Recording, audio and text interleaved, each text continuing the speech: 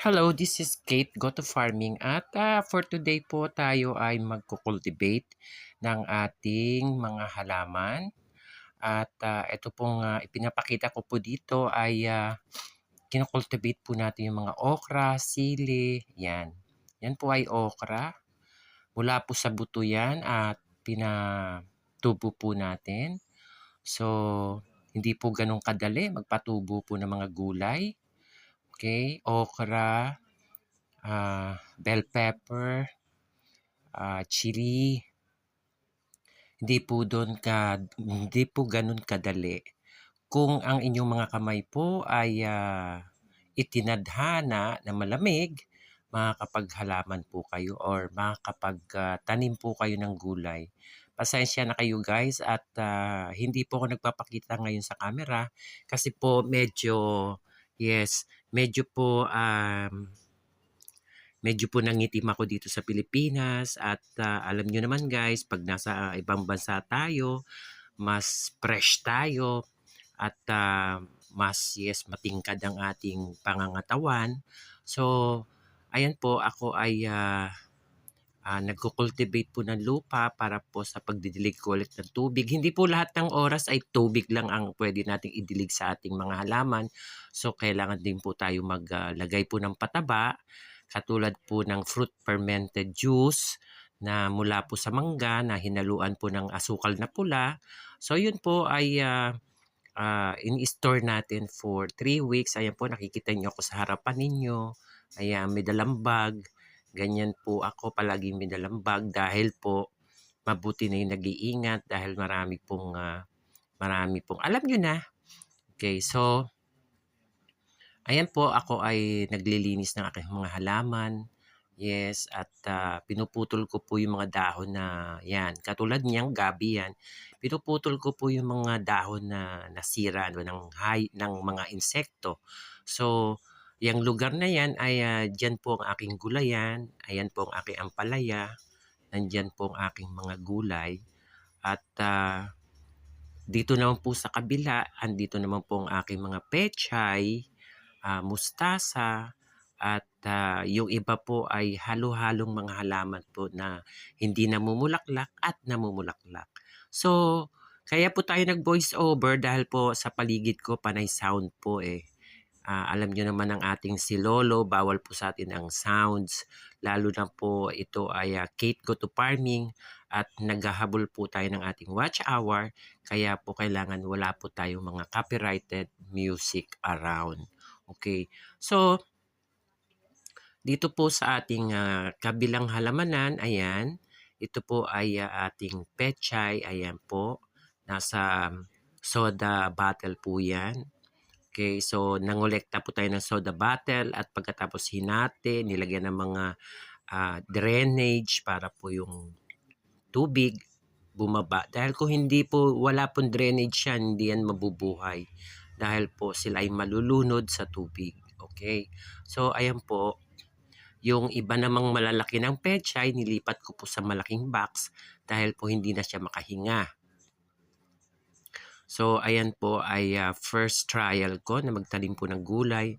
At sa awa ng Diyos, tayo po ay successful sa pagtatanim ng gulay. Dahil po salamat sa Diyos at binigyan po tayo ng mapagpalang kamay na nabubuhay po natin ang mga halaman. So, ayan po.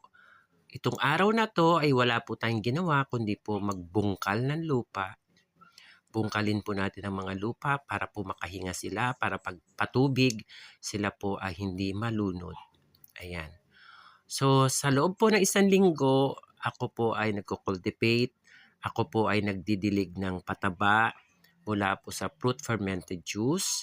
At ayan po, sa ngayon ay umaga at hapon po dinidiligan ko yung aking gulay para po sila ay magsipaglaki at tumaba. So, ayan po, nakikita nyo sa inyong harapan, ganyan po ako magdilig ng mga gulay. So, hindi naman po kailangang dilig na dilig siya na malulunod siya. Okay, so dapat control nyo po yung tubig na idinidilig nyo sa kanila. Okay, so ayan na po. At masarap po maghalaman, nakakatanggal po ng stress. Lalo na po kung marami po kayong iniisip, sa awa ng Diyos, wala po tayong iniisip kundi ang ating channel at ang ating sarili.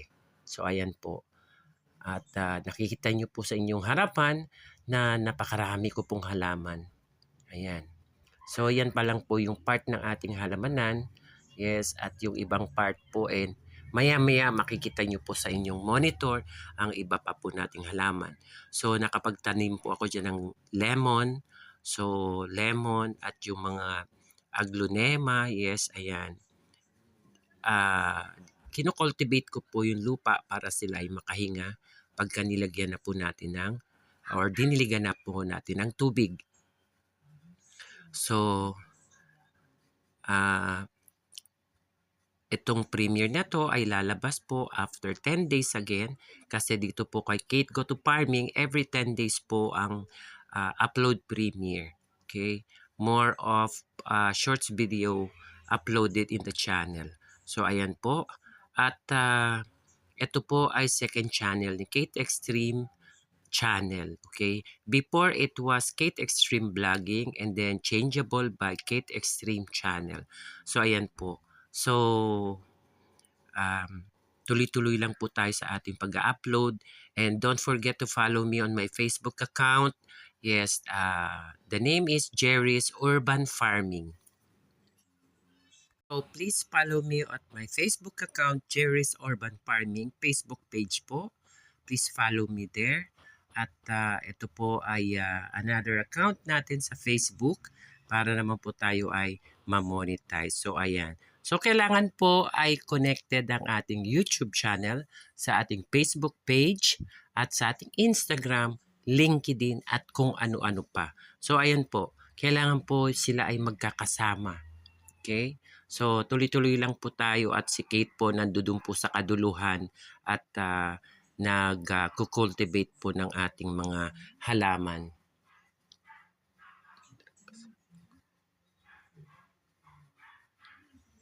So ayan po at itong hapon na to tayo po ay mag-cultivate, magdilig, mag-alaga ng mga halaman. Ayan. So ayan naman po yung lemon ko. Lumaki na siya. Yes, out of the seeds po yan. Mula po sa buto. Okay? So ayan po, tayo ay nag-aalaga ng lemon. Let's see kung paano po natin mapalaki ang ating lemon. So meron din po akong tanim na mulberry. I have 2 trees of mulberry tree. So another content po natin yan dito sa ating Kate Go to Farming. So ayan, namumulaklak na siya. Okay? So eto naman po yung mga flowering plants na yan po ay cosmos, bingka, at yung isa po ay nakuha natin sa Cavite, sa ilog po kung saan tayo nag-swimming. So ayan po, kinocultivate siya para makahinga po ang lupa. So ayan.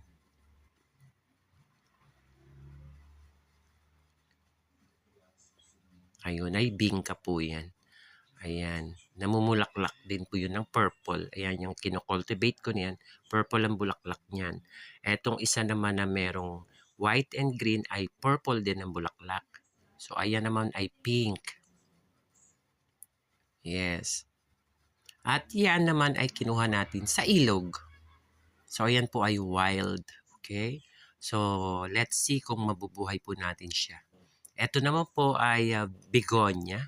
Begonia pink. Yan po ay yes, nahingi natin sa kapitbahay at ayan po, inalagaan ko at yumabong na. Ayan din ay begonia. Yan po ay pula. Yan, mula po yan sa Taytay Rizal. Okay? So ayan po, tuloy-tuloy tayo sa ating pagkukultivate at mamaya lang po, magdidilig naman po ako ng halaman para po sila ay makainom ng tubig dahil po maghapon sila na hindi nakainom ng tubig. So ayan naman po, nakikita nyo, yung pink na yan ay bingka at yung ibang kulay na yun ay bingka flowers po yun. So ayan, nakikita nyo po, merong iba't ibang kulay ang bingka. Yan ay originated from India. May kalabasa pa, meron pang sili, at kung ano-ano pa. Ayan po, yan, bingka po yan. Ayan, originated from India. Ayan, may purple, may pink, may light pink, may white, may fuchsia. Ayan. Yes. Ayan.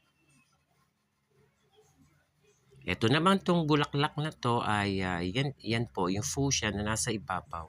Yan po ay celosia. Okay? Local celosia po from India. Yung katabi niya ay vinca. Ito naman po ay Cosmos. Ayan. Sa lahat po ng hindi pa nagsusubscribe, please subscribe to the channel. And thank you for watching.